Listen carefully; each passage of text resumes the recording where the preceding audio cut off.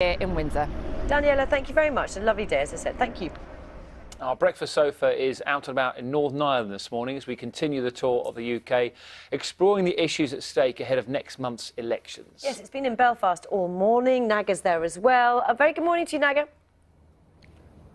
Good morning, Louise. Morning, Dan. Good morning, everybody. The sun is shining. It's such a lovely morning here. I'm in the Titanic Quarter, and this line here marks where the Titanic actually was in 1911 before it set sail. And they've marked lots of bits out. So if I step in here, I'm in where one of the lifeboats would have been against this magnificent structure. You can see some of the girders around. These are re-established.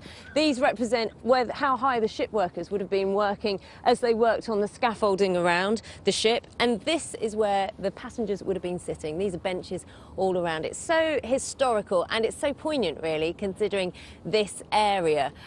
Lots going on. We've got the docks over there. We've got coal, the oil industry, the ferry port over there.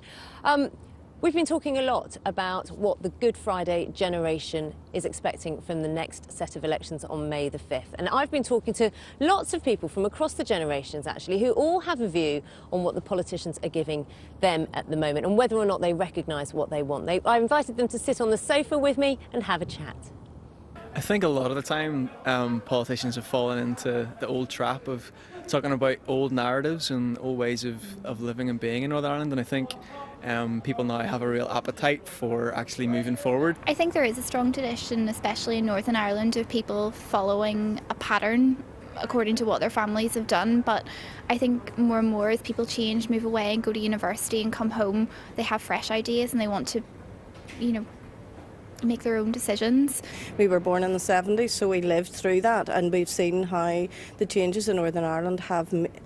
Belfast's unrecognisable now, but there are so many improvements could still be made. We've seen what, for example, in the Republic, what they've managed to achieve with marriage equality, for example, and a lot of the younger generation in Northern Ireland, I think, are ready for a change. I guess the issues here are very similar to what they are across England, Scotland and Wales.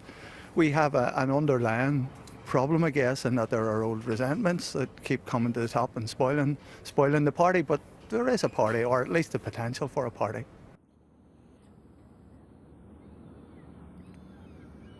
So with me now is Adrianne Peltz, who's a youth campaigner. Good morning. And Brian John Spencer, who you're a blogger, a cartoonist and an artist. Welcome. Thanks for joining us here. Adrianne, you've got an interesting history with Northern Ireland. Yes, I am originally from South Africa and I moved here 10 years ago, and I really feel quite a connection with a lot of the issues around conflict and the community building that happens in Northern Ireland. I have a 10-year-old daughter, and frankly, I couldn't think of a better place to be raising a child. It's such a glorious place to educate someone, and I think there's so much potential for Northern Ireland looking forward. I'm going to pick up on the word conflict, which, Brian, I know will irritate you in somewhat, because conflict, the troubles, these are often the phrases that are associated with Northern Ireland. Yeah, Belfast, Northern Ireland, it's known for bad news and civil disorder, but actually the place, it's contributed disproportionately to the world. Artists, writers, Seamus Heaney, Roy, Liam Neeson, Jamie Dornan, no end. So there's a different story, and there's a great quote I want to give you, and it's red brick in a suburb, white horse in the wall, Italian marble in the Grand City Hall. O stranger from England, why stand so aghast?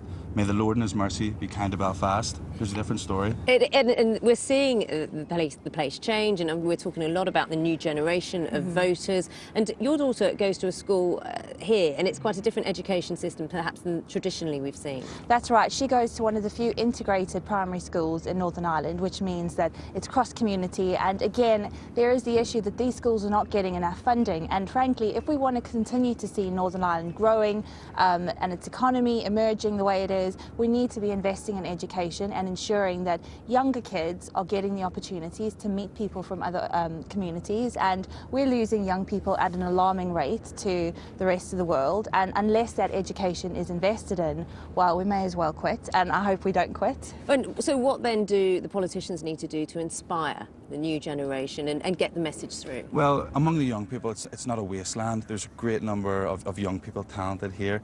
There is a bit of a disconnect. People like myself, my peers, we'd fit in right at home in Brighton or Brixton or Shoreditch. Actually, it's not what the politicians have to do. I think it's the young people need to get proactive and tell their story, and tell that story which I was saying, which isn't about being aghast. It's about coming here and reading Heaney and all the great poets and writers. Brian, you've led me nicely on to the next part of this interview. Adrianne, Brian, thank you so much. So we've been talking, I've mentioned, to the Good Friday generation, as they're being called, and we have a lot of potential voters who, for the very first time, are going to have their say at the ballot box. Good morning, all. Good morning. So who is voting on May the 5th? Who's not voting? And who's undecided? So quite a mix here. We can talk now to Niamh and Piers. Good morning, because you both put your hands up and said you weren't going to vote. Niamh, why not? I'm not voting because I don't agree with what the politicians are standing for. I think they're very concerned. It's very green versus orange. And there's a lot of pressure on women to be voting due to the suffragette movement, but I don't believe that they died for such a cultural divide in politics. And Piers, you're not keen to vote? No, I'm not voting because I believe, and many other people like me believe, that our current political process is totally disengaged with the voters. In fact, 46% of the population didn't vote in the last Assembly elections.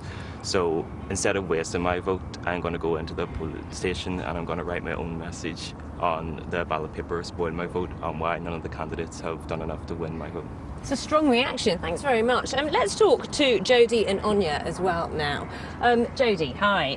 You're voting. What's going to influence you when it comes to voting? I think it's very important to vote. What influences me is the fact that I am a university student and future employment is on the horizon for me, and I want to have options of employment here in Northern Ireland. And I think I need to be able to vote, to have a say and vote on the job sector here in the north. Anya, we've spoken to a lot of people who are saying that their families are quite a big influence in how they're going to vote. Is your family influencing you? Yeah, I'd definitely say that my family have influenced me. As growing up, the party that they vote for is a party that I would have had the most knowledge of. Okay, so, well, good luck when it comes to the ballot box. It's so interesting to get the views of so many of young generation and new generation of voters, the Good Friday generation.